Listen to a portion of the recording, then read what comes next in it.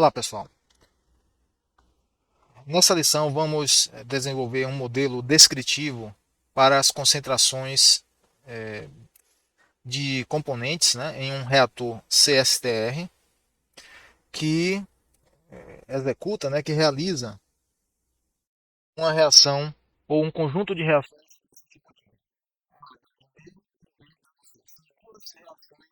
consecutivas, significando que uma reação só poderá proceder após a primeira conversão. Né? Então, A primeiro deve ser convertido em B, para B depois ser convertido em C. Ok? Nessas fotos nós temos reatores STR industriais, né, reatores reais. Percebam que as características construtivas podem ser bastante intrincadas, tá? Muitas conexões, existe o sistema de agitação, o sistema de engrenagem, os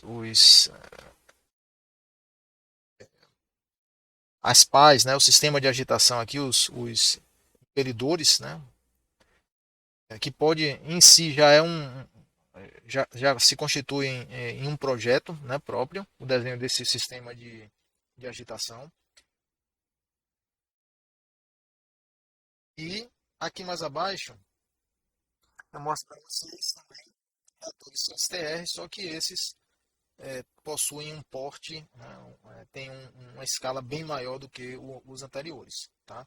Que são reatores STR de grande porte, com um tempo de residência mais longo, possivelmente, e necessidade de um tempo de residência maior, e provavelmente decorre dos confrontos nesse caso aqui, nessa planta da cidade. Ok? Vamos em frente, criando aqui esse modelo. Tá? O nosso sistema reacional é relativamente simples, porém um pouco mais elaborado, né, do que o exemplo reação simples que nós já fizemos.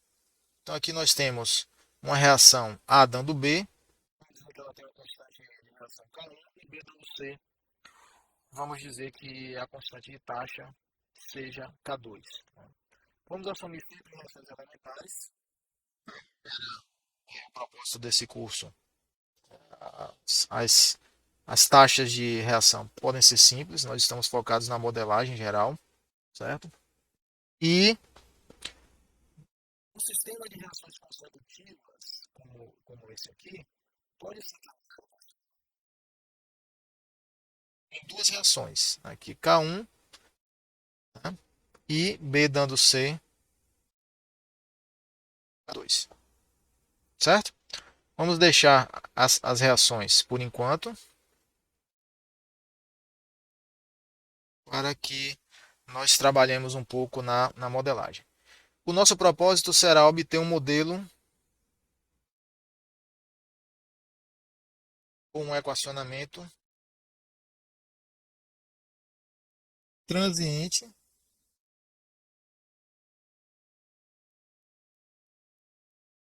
para as concentrações de componentes.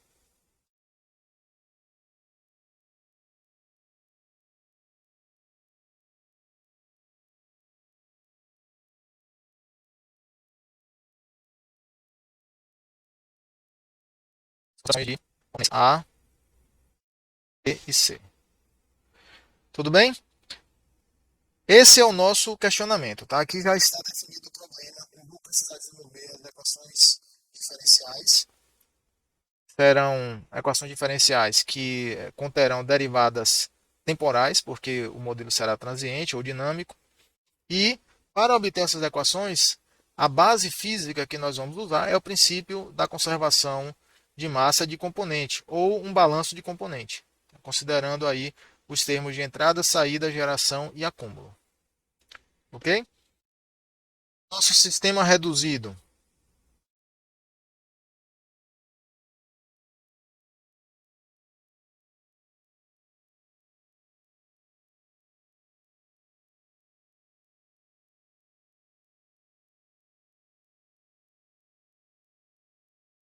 será uma representação simplificada do equipamento real, do reator CSTR real. E essa representação pode ser delineada assim: um tanque com uma alimentação, um efluente, uma corrente de efluente. Tá?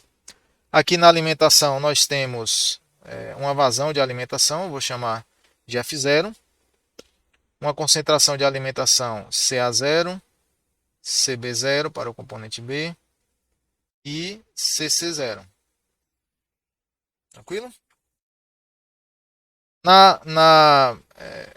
Vamos aqui o conteúdo, né? Mistura reacional. Aqui dentro nós vamos ter um certo nível, pode ser um nível controlado, então poderá ser um nível mantido sob controle, estável ao longo do tempo. Esse nível, né, corresponderá a um certo volume. E aqui dentro nós teremos uma concentração de componente A, uma concentração de componente B e uma concentração de componente C. Repare que as concentrações terão que ser todas funções do tempo. Tranquilo? Porque senão eu não responderei, né, a especificação do problema. O problema conforme definido deverá ser um modelo transiente, tá, para as concentrações. Na saída da corrente de efluente, eu terei uma vazão volumétrica F, uma corrente com concentração Ca, Cb e concentração Cc. Você já nota então que estou assumindo, né, a hipótese de homogeneidade espacial que é conseguida na prática com um sistema de mistura otimizado, né, um sistema que produza uma misturação aqui no interior do tanque, né, uma misturação quase perfeita, de maneira que eu estou assumindo aí a hipótese de mistura perfeita.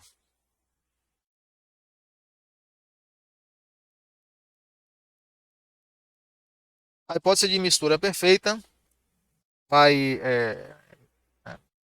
determinar, né, vai implicar que as condições aqui da corrente efluente correspondem às condições no interior do reator. Tranquilo? Outra consequência é que as derivadas espaciais serão todas nulas. Tá? ddx igual a ddy igual a ddz, que é igual a zero. Tranquilo?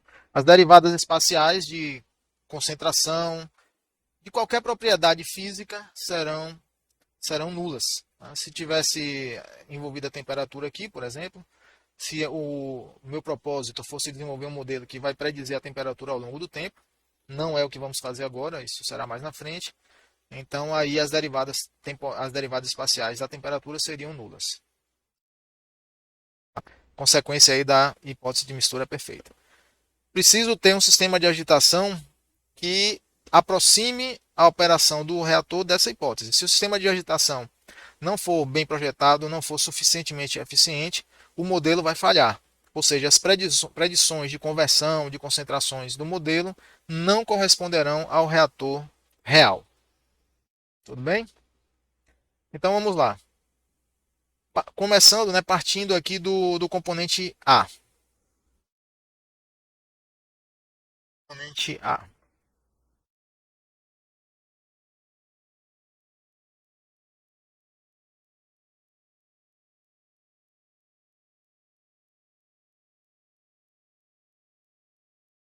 O princípio de conservação de componente ou balanço de componente, a nossa equação será uma versão de o que entra menos o que sai, mais o que é gerado, igual ao acumulado.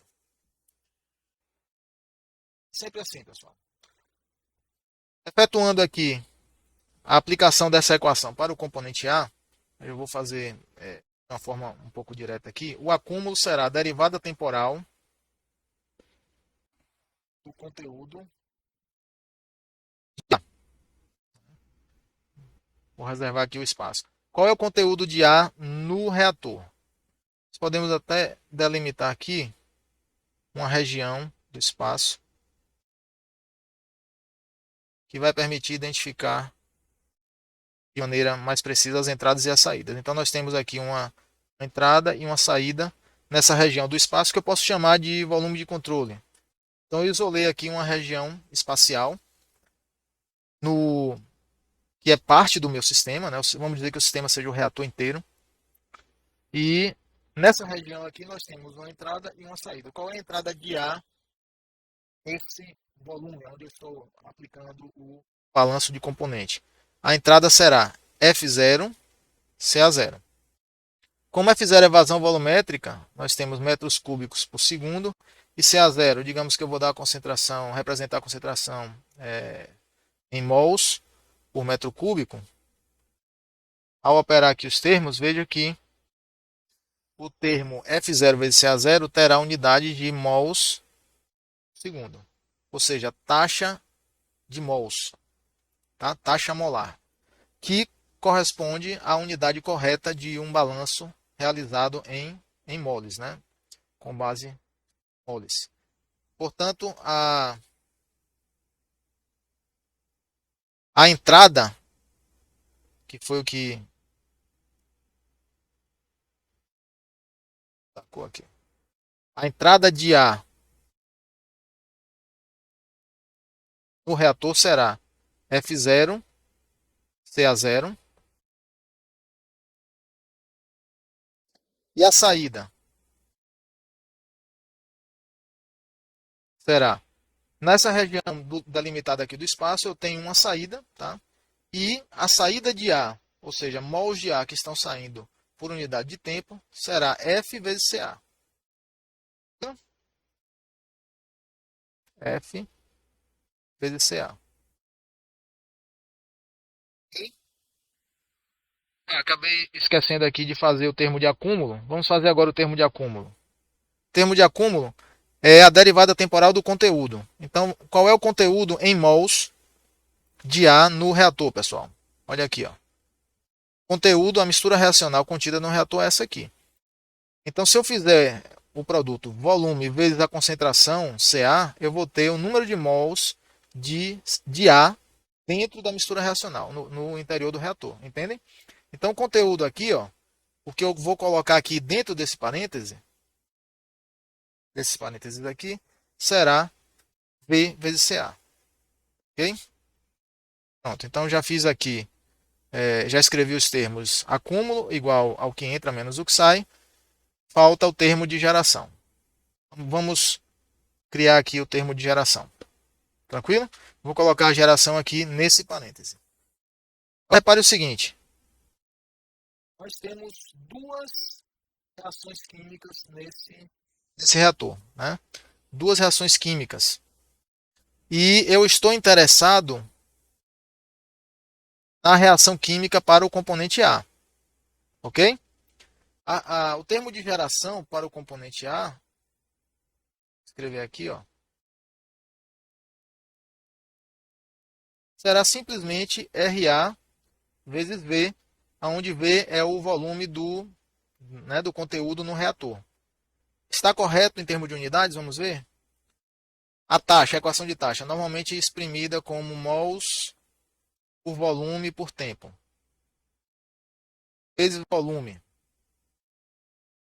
Vai cancelar aqui, ó. E a unidade resultante será mols por segundo. Está correto? Porque esse termo aqui, ó, tem unidade de mol por segundo, esse aqui mol por segundo, e esse aqui também tem unidade de mol por segundo. Então, obviamente, esse termo de geração terá que possuir as mesmas unidades, senão a equação está incorreta dimensionalmente. Tranquilo? Pois bem, precisamos determinar quem é esse RA. E aqui tem um detalhezinho importante.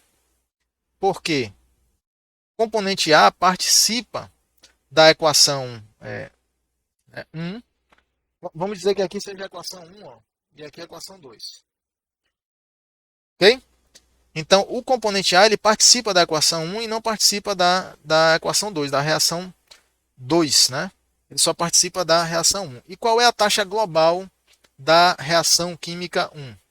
Eu vou usar a lei da ação das massas, que preconiza, né, que a taxa global é uma constante de proporcionalidade, uma constante de taxa, que no caso aqui é K1, vezes a concentração dos reagentes elevada ao coeficiente estequiométrico.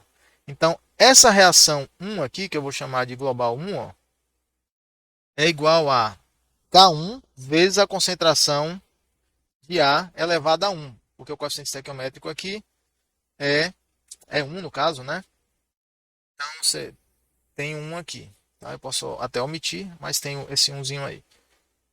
A taxa da reação 2, eu posso escrever como R2 igual a K2 vezes quem é o reagente na reação 2? É B. Então aqui será K2CB, elevado ao coeficiente estequiométrico 1 também. Pronto, então a taxa a taxa global da reação 1 é K1CA e a taxa global da reação 2 é K2CB. Tranquilo? Agora veja o seguinte. A taxa de componente, digamos, para o componente A, a taxa para o componente A é a taxa reacional de A em todas as reações que ele participa. Digamos, se nós temos um mecanismo de reação, digamos, que tem várias etapas, então vai ter uma etapa 1, etapa 2, etapa 3 e assim vai. A taxa total de componente, né, específica de componente, é a soma das taxas de cada etapa de reação no mecanismo. Então, eu posso dizer que RA é igual a RA na reação 1, somado com RA na reação 2. Tranquilo? E aí, quem é a taxa específica de A na reação 1? Aí eu tenho que lembrar que a taxa específica é o coeficiente estequiométrico vezes a taxa global. Eu sempre tenho que lembrar disso aqui. Tranquilo? Taxa específica, coeficiente estequiométrico vezes a taxa global. E o coeficiente estequiométrico de A na reação 1, veja que a reação 1 é A dando B. Então, jogando aqui para o lado direito, o coeficiente estequiométrico será menos 1. Né? Será menos 1. De maneira que aqui nós vamos ter, já vou colocar direto, será menos 1 vezes a taxa global da reação 1, que é CA. Tá vendo? Ó, K1CA. Portanto, a taxa específica do componente A na reação 1 será menos K1CA. Ok? E na reação 2, A não participa da reação 2, portanto aqui é zero. Tranquilo? Então o nosso RA, pessoal, nada mais é do que K1CA. E aí eu posso escrever o termo de geração aqui como sendo menos K1CA vezes V.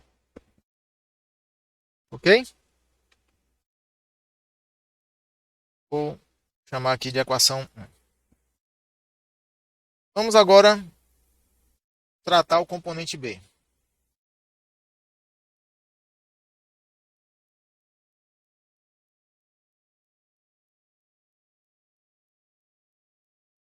Equacionando aqui o componente B.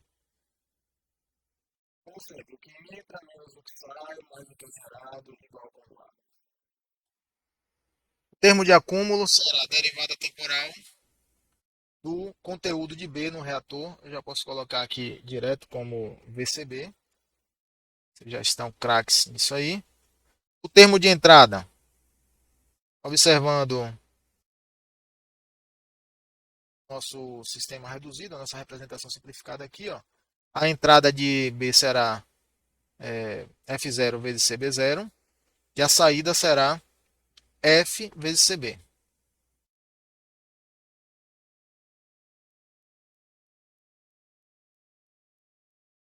Menos a saída FCB. Ok? A questão vem agora, o termo de geração. O termo de geração,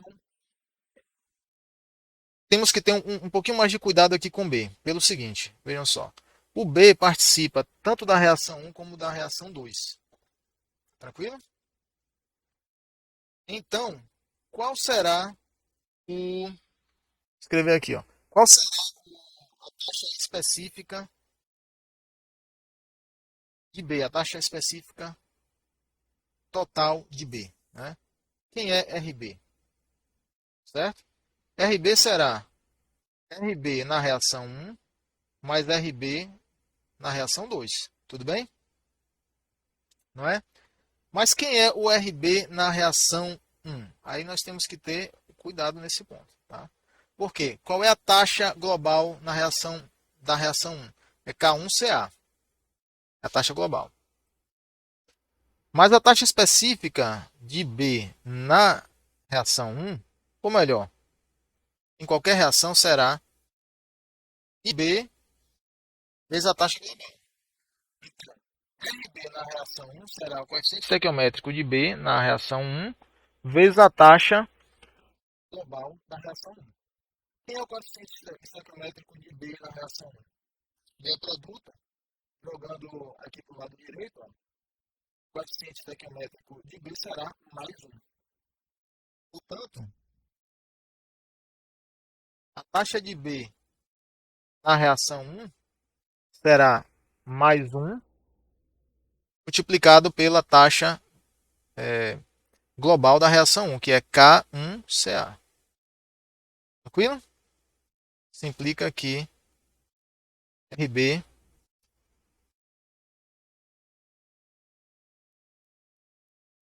RB1 é igual a mais K1CA.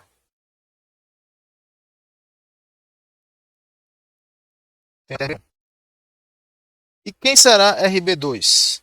RB2 será o coeficiente estequiométrico de B na reação 2 vezes a taxa global da reação 2.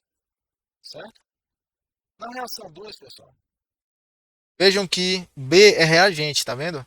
Então, fazendo a álgebra aqui, jogando para o lado direito, ele terá coeficiente estequiométrico menos 1. Né? E o C tem coeficiente estequiométrico mais 1. Né? Então, a taxa global da reação 2 é K2CB, multiplicando pelo coeficiente estequiométrico, nós temos que RB2 é igual a menos K2CB. Olha aí. E a taxa global de B num sistema como esse, de reações consecutivas, é a soma de RB1 mais RB2, e nós temos como resultado K1CA menos K2CB. Tranquilo? Essa é a taxa. E aí, eu simplesmente coloco aqui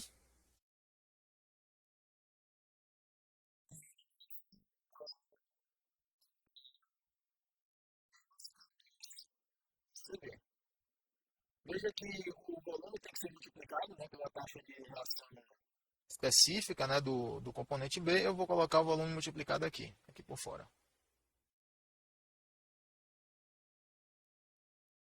Essa é a nossa segunda equação do modelo. Tranquilo?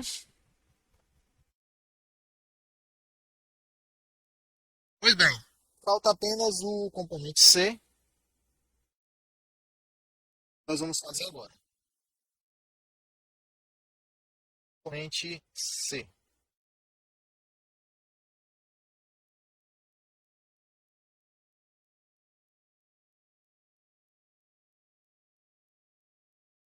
É igual a acúmulo, então o acúmulo será a derivada temporal do conteúdo de C no reator, que é o volume reacional vezes a concentração do componente C no interior do reator. Tá? A entrada de componente C, né, será F0 CC0